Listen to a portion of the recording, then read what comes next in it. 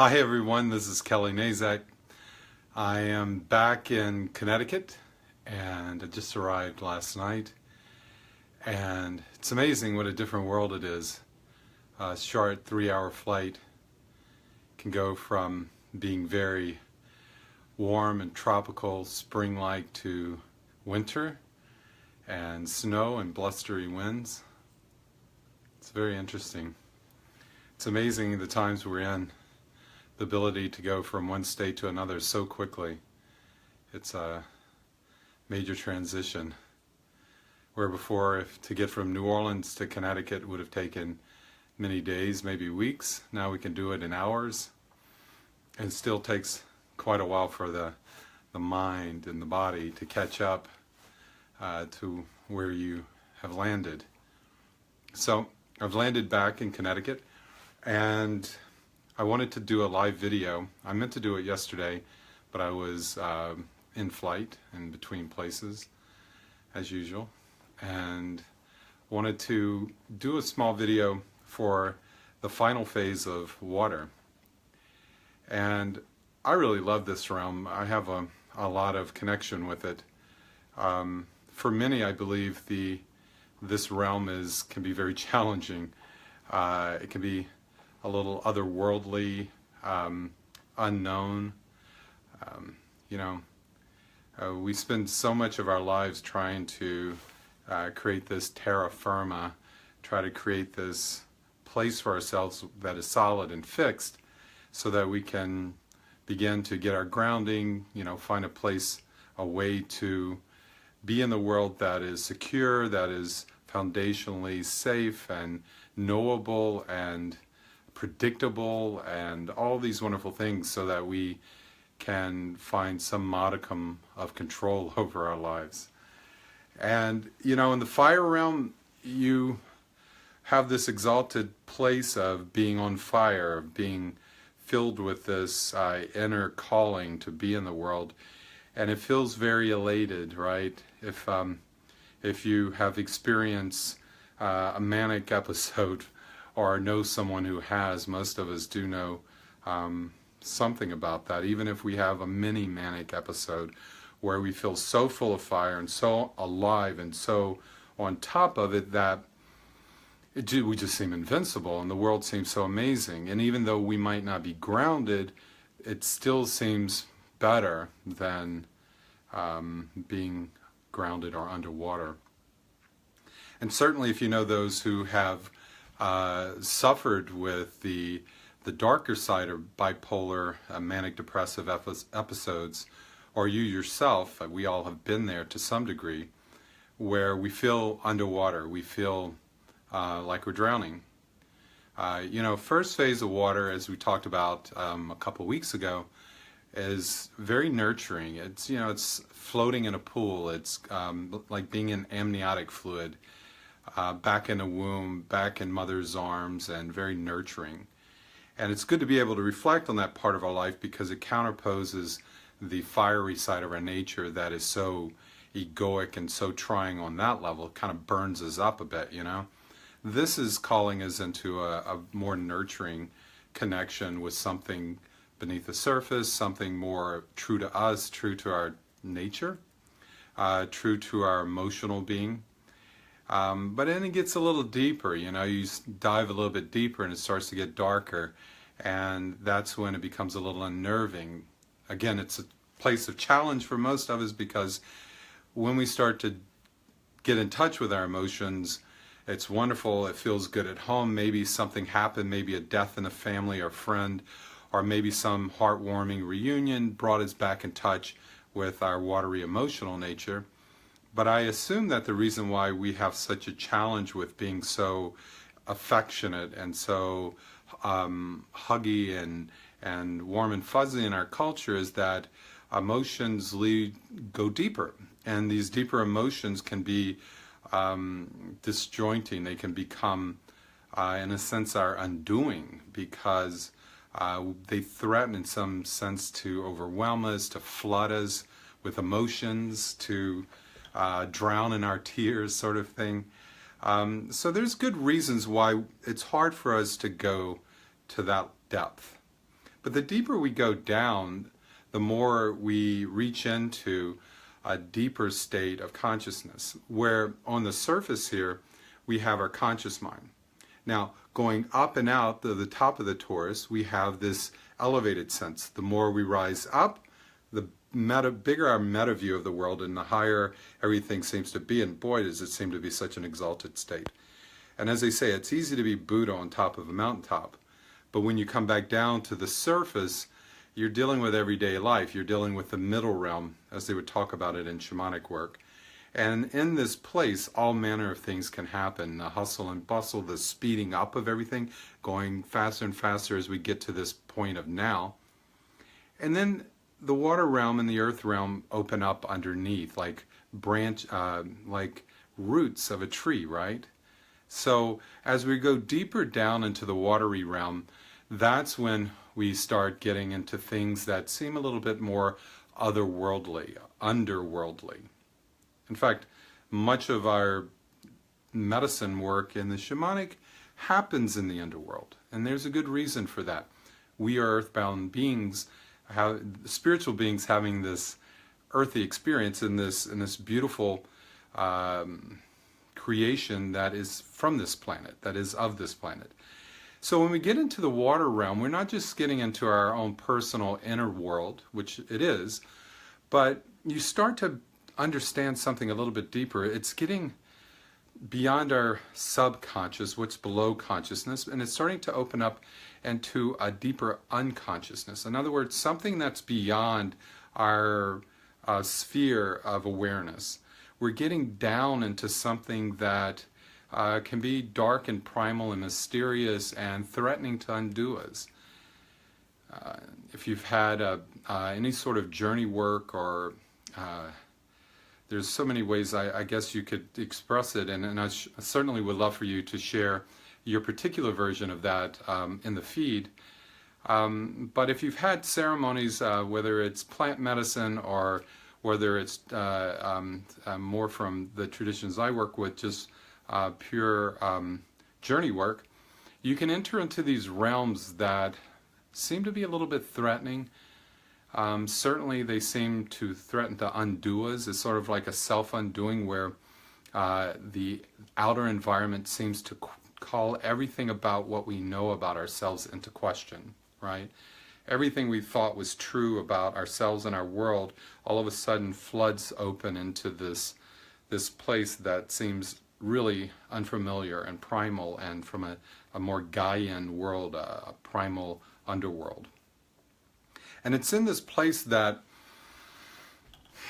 in the middle, if we've learned to let go, in the middle, if we've learned to release our shadows, to face our shadows with compassion, and transform our shadows into something of an ally. In other words, if we're able to embrace our all too human self, if we're able to embrace our humanity, our animal nature, if we're able to embrace that which we were embarrassed to show to the world, to be in the world, if we're able to open ourselves up to that, which culturally speaking is an absolute no, but on an inner level it's an absolute imperative. It must happen on some level. So we find all these ways for that to come through, most of them quite shadowy.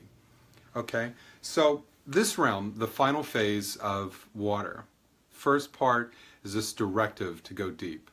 The middle part is about being able to just contain it and swim with it and deal with what's opening and what's changing. This final phase is about fully letting go, fully coming into flow.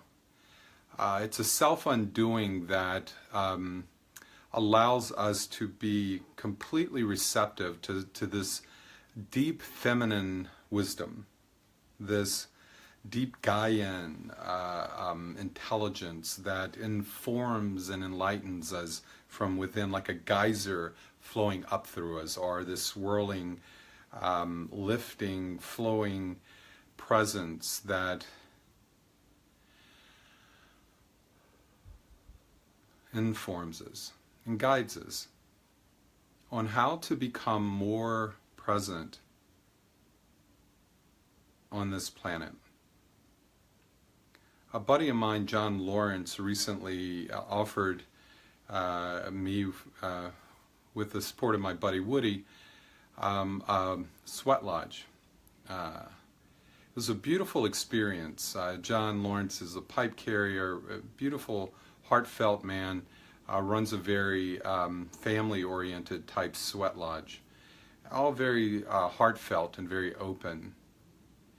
And John is also a flamenco guitarist and a phenomenal human being. But when I asked him about the notion of duende, which is this state of being, like Csikszentmihalyi talks about the state of flow, where it feels like something is coming through, like there is a sense of effortlessness that any master of any art, whether it's a basketball player or a pianist or flamenco guitarist or journeyer, finds. There's a state where it's somewhere between the dance, the dancer, and being danced by all of the above. It's a release into this intelligence that takes over, that uses all of the skills we possess and all that we've learned on this intellectual, intuitive level. And it uses that wisdom to let something higher come through, something greater come through. It's a lifting, it's a welling up. And it was really interesting as he talked about it. He said that as he spoke to other flamenco guitarists that understood the duende, that it was an energy coming up from beneath, that you could feel it rising up through the toes and through the legs and through the thighs and up into the hips and then out through the guitar and into the space, out through the body and fleshing out. And, you know, this energy very much fits with the Taoist concept of drawing up the earth energies from beneath. There's a contact point in the bottom of the foot. It's like a battery contact point. And all of the energy comes up through like roots, watery roots of light flowing up through, and all the bones turn into light, and they're absorbing in through the bone marrow all this fleshing light from the earth, and it rises and it rises, and as it does so you can feel it animating us. Anima is a term Jung at least popularized, and it is the notion of this feminine counterpart to the masculine nature. And this energy is coming through us, and it's informing and enlightening us on a very balancing level. It's where the term animated came from. And so when you're animated, it is this kind of Earth Mother energy flowing up through you. And he says it may only happen for a moment when it comes up through you, but in that moment it is an unforgettable experience. So in the water realm, we're talking about dreams, we're talking about visions, we're talking about the power of the imagination as an intermediary, a vehicle to engage what's coming through. And it's where our mythology comes from. It's the mythological constructs, or these archetypal forms that come through us and are reflected out in our world. So, water realm, final phase. Entering this state of flow. If we look at it from the model of the spiral, you'll see at the top it started at this high exalted state, coming out of the air realm of mind and relationships to this exalted state of mental integration. It leads out like this Icarus flight path that it compels you to go, propels you into the world, only to have the fire burn away what's impure about you, so that you find something in the world that parallels you on the outside, that parallels your inside. So in that path, there is this immersion that happens in the water, where once we go out into the world, now we're being called back into the inner world. And not where we started at this consciousness, but an understanding, getting to this understanding. So there's this movement all the way around on the right side of that spiral that leads to this coming into awareness. And this is a place where Joseph Campbell would say the hero begins the journey goes out on all these misadventures, finds models, guides, tested and all the rest, and goes into this immersive process of undoing himself and everything that goes into finding that elixir, only to get to that elixir at the bottom here.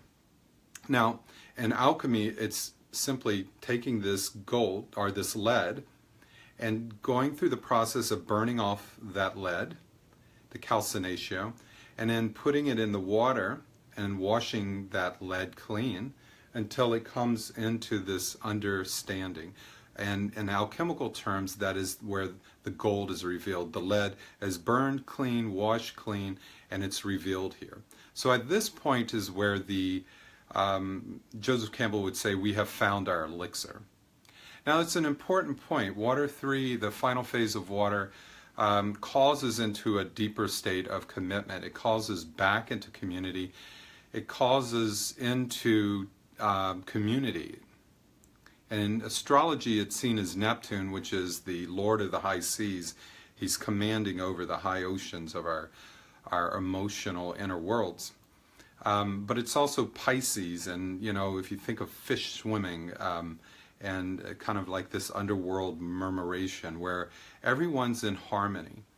And when you find that place, when you find this place in your world, this emotional depth where you are dissolved of all of the boundaries that once were protecting you but no longer are protecting you, they're sealing you off. I hear a lot of my clients talk about wanting to put up protection around themselves, and which is a natural thing. Every cell has a membrane around it, right? That distinguishes it, but it also allows it to be functional and operational. And in that, there is this toroidal movement going on into the nucleus and out of the nucleus. But the membrane itself is permeable, and the permeability is a functional permeability. In other words, things can get out and things can get in and get out because there's this intelligence around that nucleus, for that membrane. So in the state of dissolution, we are allowed to form a new, less sort of rigid or less sort of crusty shell around ourselves, like an old hermit crab or something. And we're being offered this opportunity to reform, to remodel ourselves, to have a more permeable membrane that isn't just letting things flood in. It's also discriminating. But the discrimination is coming from a deeper self, a deeper part of the self, a deeper emotional awareness, a deeper connection, a synapses that is much more aligned with and tuned with, and in fact a representation of or a continuation of the intelligence of Gaia that flows from within us as we allow it to come inside, to be a part of us, to counter that heavenly, fiery, airy sort of higher intelligence. And so now we're letting the Gaian intelligence come through. And those two will come into harmony in the heart, where that fire is, where the center of all that comes into being, which we call the conscious self, will reside and hold space for these two places. So, watery realm, final phase, we're getting down to this elixir. Now, you'll see in the next phase, we've gone around the circle, we've gone through this whole regressive process, right? Burning away the impurities of ego, washing clean the emotional body in this purification process, which they call solutio, dissolving, or dissolution. And we're going to move into the state of progressive phase of earth. Earth will begin the start of bringing in a seed of a new way. It's going to be the beginning of coagulatio, bringing everything together. First phase is a purification process. And Joseph Campbell said that this first phase is about preparing ourselves by finding our elixir. What is your elixir? What are you bringing as medicine into the world? That's what this phase is about. Next phase will be the second half of the journey, which will be bringing that elixir organizing it in the earth realm and bringing it out into the world and in all your relations in the air realm. So you can see why it's so important that we have this process. You know, if you look at the model, there's the earth and the air, I'm sorry, the fire and the air realm on the top. They say that's future orientation, fire, air, mind, and an intuition. And the typical phase of our culture, we tend to go from this fiery vision all the way into the air realm. You know, we go from how you have a great idea for a project and you just go out into the world, the air world of just doing it, right?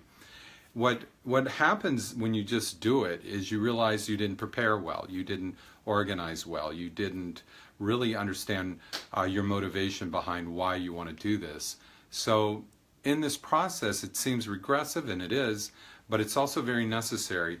It's great to have vision, but it's important that we get down into this watery realm of why do we want to do what we do? What's underneath it? How does it support or how does it reveal our beliefs, our goals, our vision, our purpose? And the final phase of this water realm is to finally let go of whatever was getting in the way of achieving this goal. So you can get to some pure gold within.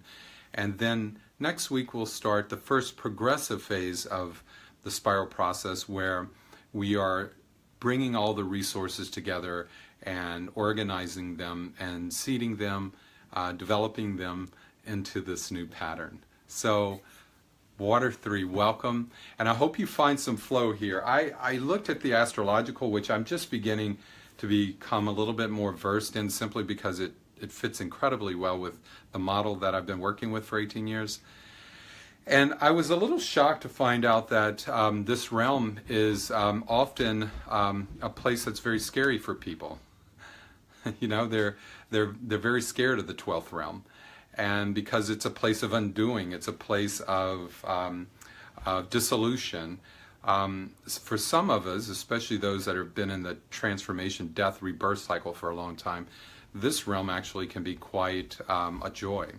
For those that like to go to other realms, we find that this is actually an incredible place. It's the opening into this deep, deep depth of Gaia mind. Now, in terms of the undoing and all the rest, and karma and burning away or releasing stuff, they talk about it as, you know, opening up to becoming the strategic change agent. How is that possible? And all of this undoing and all of this release, how is it that this is a positive thing if we feel like we're drowning, or we've dissolved and back into this ocean, the drop of water dropping back into the ocean? And I just wanted to share an experience I've had more than a couple times on journeys. And I found myself in front of a semicircle of elders. And in that place, the elders, there is no this stuff, there's no words, it's only communication direct. I wouldn't call it communication, but it is a form of informing, because I can see what they're thinking, and I can see they see what I'm thinking. It's all visual. And as I'm seeing them look at me and investigate me, I suppose, or just tune into me, I realize quickly that they're looking into all of my files, that I can see all the files that they're looking through. You know, it's like a computer programmer going in through all your files on your computer, and they're pulling them all up. And it's like, wait a minute, but that's private. That's you can't look at that. And all of a sudden, I'm watching them, looking to the most embarrassing, the most painful parts of my life, the parts of me that I didn't want anyone to see, no one. And they were looking at them with such objectivity that it was unnerving. I felt like I was in front of a tribunal. And I started to defend myself, you know. I said, wait a minute. And I'm going into this sort of, into my head saying, wait, stop, no, this, you don't understand. And, you know, I just remember looking at the guy in the middle of the 7, and he gave me this look like, are you serious? Are you really going to try and excuse all of this? And so I said, okay, fine. Obviously, okay, I'm busted, I'm human, I'm imperfect, I've made mistakes in my life. I'm really sorry for, all of that stuff. It was quite an unraveling. and undoing. They're all the things that I have been holding, all the pressure that I've been holding back on, all the things from childhood that were I considered missteps or mistakes I've made in the past. They had just called me out on them. And I just put it all out there. I just said, here, it's yours. I'm fine, I'm not perfect. And then they all smiled, which of course, in the moment, because I had this cognitive dissonance, I said, and there's no words, but they see me thinking this, like, are you guys smiling because you're sadistic? And they just kind of gave me a serious look again, and they said, son, we're not trying to bust you. We're simply trying to show you all this heavy stuff, all this heavy karma you've been holding on to. All this dark stuff that you've been repressing or suppressing in your unconscious is heavy. It takes up too much bandwidth. It clogs up your biocomputer. It's too heavy. And then a portal opened up on the side of the main guy, and he says, you can't get through to the next level until you let that go. And of course, in that moment, it was very redemptive. And as they say, redemption is earning back something that is always yours. There is a side of us that is more pure than anything else. But these layers of shame and guilt and worry and fear and all that other stuff that gets in the way of letting that come through. It's like putting these dark, ugly filters over a beautiful, pristine self, a kingdom within that no one can see anymore because you've been holding it. I've been holding it. I've been holding it for myself and for the world. And they just said, please let it go. Let it go, let it go. It's not about judgment. We're not here as some punitive attempt to make you feel small, make you feel bad about yourself. We're simply here to say it's time to let go. So, in this realm, it's time to let go. Forgive yourself.